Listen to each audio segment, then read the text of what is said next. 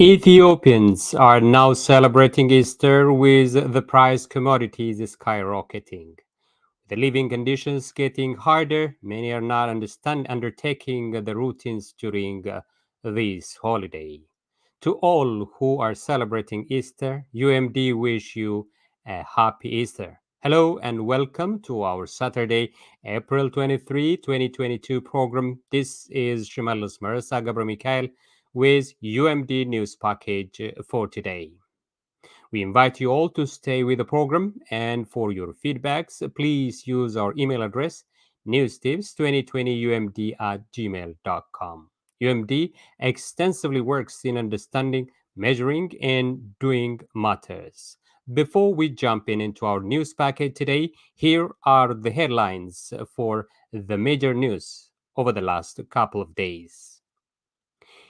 Egyptian Ethiopian monks clash in Jerusalem. Somalia races to save livelihoods as new locust generation spawns. Ethiopians complain over non-consideration of Good Friday and Easter as state holidays. Price of commodities have skyrocketed in Addis and elsewhere in the country. How and what is the public's response? We will see this story in more details later in this edition.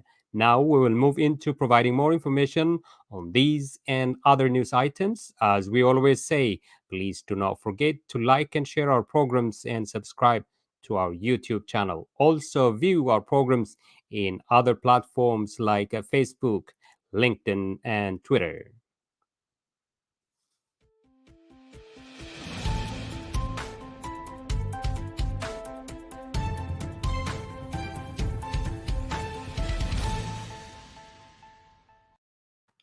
The first segment of our news package is News in Brief, and first up is Egyptian and Ethiopian monks clash in Jerusalem. The long-standing Egyptian-Ethiopian clash over the monastery of Deir al-Sultan, owned by the Coptic Orthodox Church in Jerusalem, saw a flare-up this last week, after Ethiopian monks raised a large Ethiopian flag on the site and attacked Egyptian monks present within the report indicated. According to Egyptian press reports, the Metropolitan of Holy See of Jerusalem, Abba Antonius responded by placing the Egyptian flag on the monastery, while the Egyptian monks summoned Israeli police to force the Ethiopians to lower their flag. The monastery also witnessed a verbal interaction between the monks from both sides, which likewise prompted intervention from Israeli police. Deir al-Sultan, named after Sultan Saleh al-Din al-Ayyubi, is located within the walls of the old city of Jerusalem in the Christian quarter. The Sultan gave to the Coptic in appreciation of the national role they played in the battle against the Crusader aimed that occupied Jerusalem. This is according to the Coptic Church. However, the Ethiopian Orthodox Church has also another claim which laid into these confrontations every time.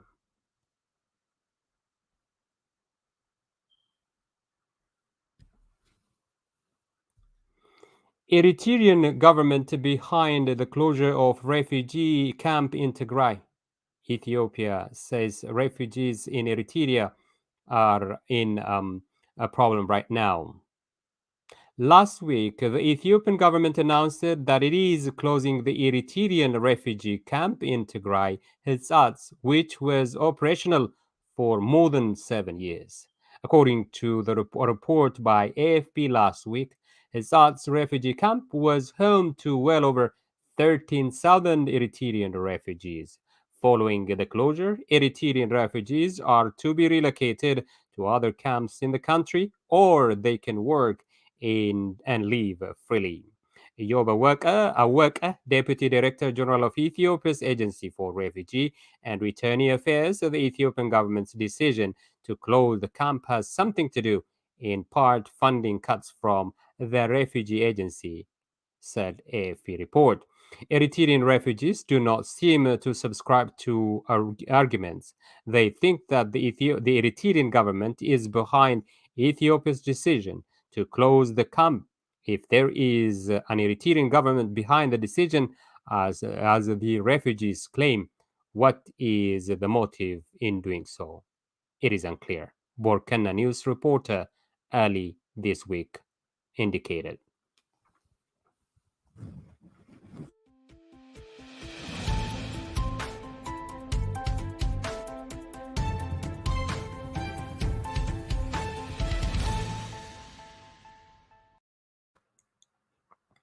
Hunger kills hundreds of kids in Tigray.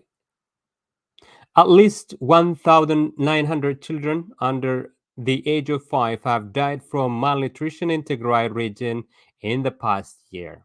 According to a recent study, the days were recorded at health facilities across Tigray between June last year and April the 1st this year. Western Tigray was not included in the survey. A doctor involved in the study said the true number of child days from malnutrition is likely higher, as most families are unable to bring their children to health centers. Tigray has been cut off from the rest of Ethiopia since June. According to UN refugees, more than 90% of Tigray's 5.5 million people require humanitarian assistance, including 115,000 children who are severely malnourished. U.S. officials estimate around 700,000 people in Tigray are in the grip of famine like conditions due to the obstruction of aid. But nearly 1 month later, only 4 convoys of around 80 food trucks have entered the region. An estimated 2,000 trucks of food must enter Tigray every week to meet the region's needs. That is a sharp increase from the previous assessment of 600 a week. Meanwhile, the United States, through the U.S. Agency for International Development, USAID, is providing nearly $313 million in additional humanitarian assistance to help people affected by the ongoing war in northern Ethiopia. 9 million people are believed to be facing severe food insecurity, while 2 million people flee their home in Tigray, Afar, and Amhara regional state. It is to be recalled that Tigray regional state president Dr. Debretsion Gebremichael has written an urgent open letter to UN Secretary General Antonio Guterres calling for an urgent humanitarian assistance to the people in need and called the international community to provide all the possible assistances in any way possible. Dutch court hears appeal of Ethiopian refugee convicted of war crimes. A 67-year-old refugee from Ethiopia is asking a court in the Netherlands to overturn his conviction for war crimes, while prosecutors say he should remain in jail for life.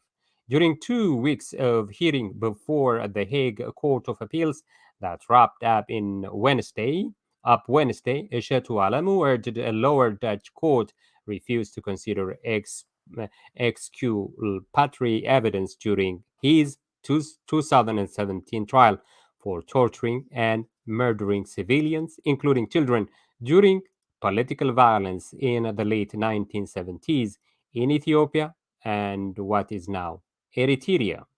Alemu, who has been in custody since he was arrested in 2015, was one of the 120 original members of the Derg, the military junta that ruled Ethiopia and present-day Eritrea from 1974 until 1991.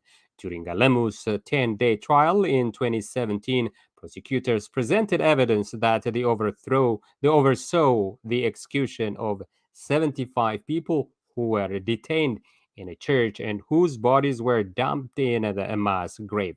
He was also responsible for detention centers where prisoners were kept in filthy conditions and tortured.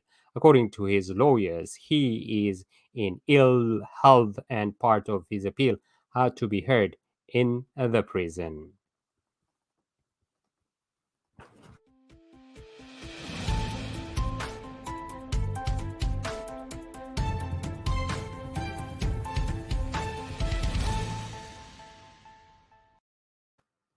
Somalia races to save livelihoods as new locust generation spawns.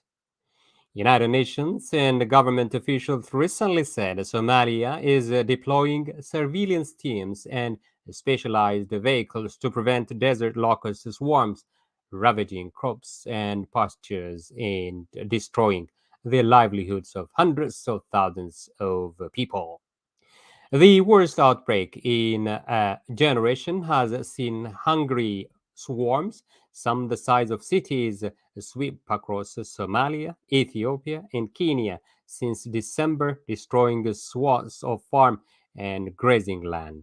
Now, a second generation has spawned just as the crops are being planted for the new season, threatening the livelihood of more than 20 million people in the Horn of Africa.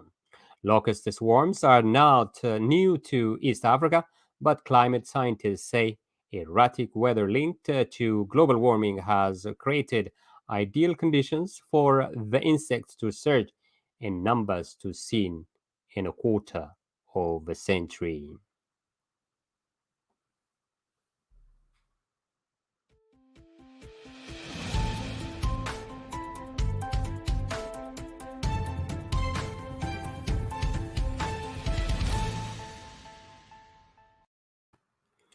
And now, our dear listeners and viewers, we will move into one story we have chosen to present to you in more details for today. That is related with holiday celebration in Ethiopia. Ethiopians complain over non-consideration of Good Friday and Easter as state holidays. Good Friday and Easter are some of the public holidays in Ethiopia for quite a long time now. This has been going on for quite a century or so. This week, at the eve of these popular Christian holidays, announcement has been made for some organizations of providing services. This decision became a talking point for this past week. The days are being celebrated among Christians all over the world with different assortments. Religious fathers are delivering benedictions and other messages. They are calling for peace and reconciliations. This is UMD Media, and you are listening to our bi weekly news bulletin. Good Friday was celebrated among Orthodox Christians all over the world, and tomorrow is Easter, and the laity and religious fathers are preparing to colorfully celebrate the resurrection of Jesus Christ. In line with the celebration, Ethiopians are complaining about the compromise by some institutions in the country over the consideration of these holidays as state holidays.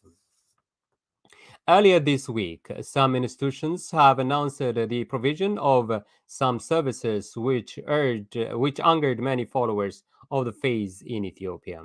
According to information released and circulated over the social media, some institutions also were considering their employees to be on their duties during these holidays. Meanwhile, high cost of living and lack of supply in Ethiopia put a shadow on the holiday.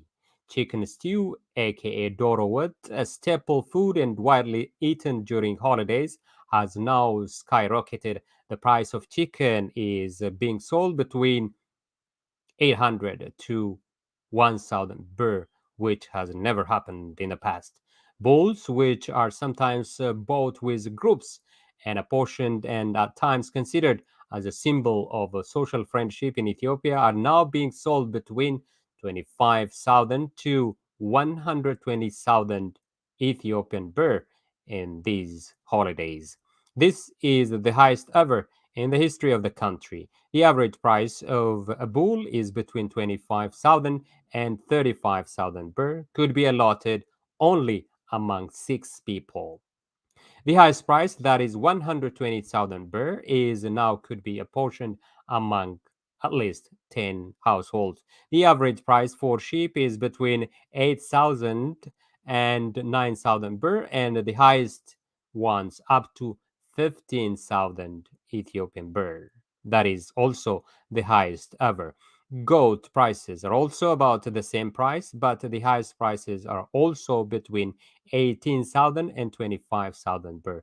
This is UMD Media. Despite all these and other odds, UMD Media wishes all the ladies and religious fathers and across the world, at home and abroad, a happy Easter. And that brings us to the end of the news package for today. This has been Shimelis Marasa Gebremichael here at UMD Media. Please do not forget to like and share our program and subscribe to our YouTube channel. You can follow our programs through our other platforms as well, like Facebook, Twitter, and LinkedIn, and as well as to be so that you will become the first to know about what's going on in Ethiopia, the Horn, Africa, and the world in general. You can easily reach us via our email address for any of your comments, questions, and suggestions at newstips2020 at gmail.com. Thank you for watching, and once again, happy Easter and have a good one.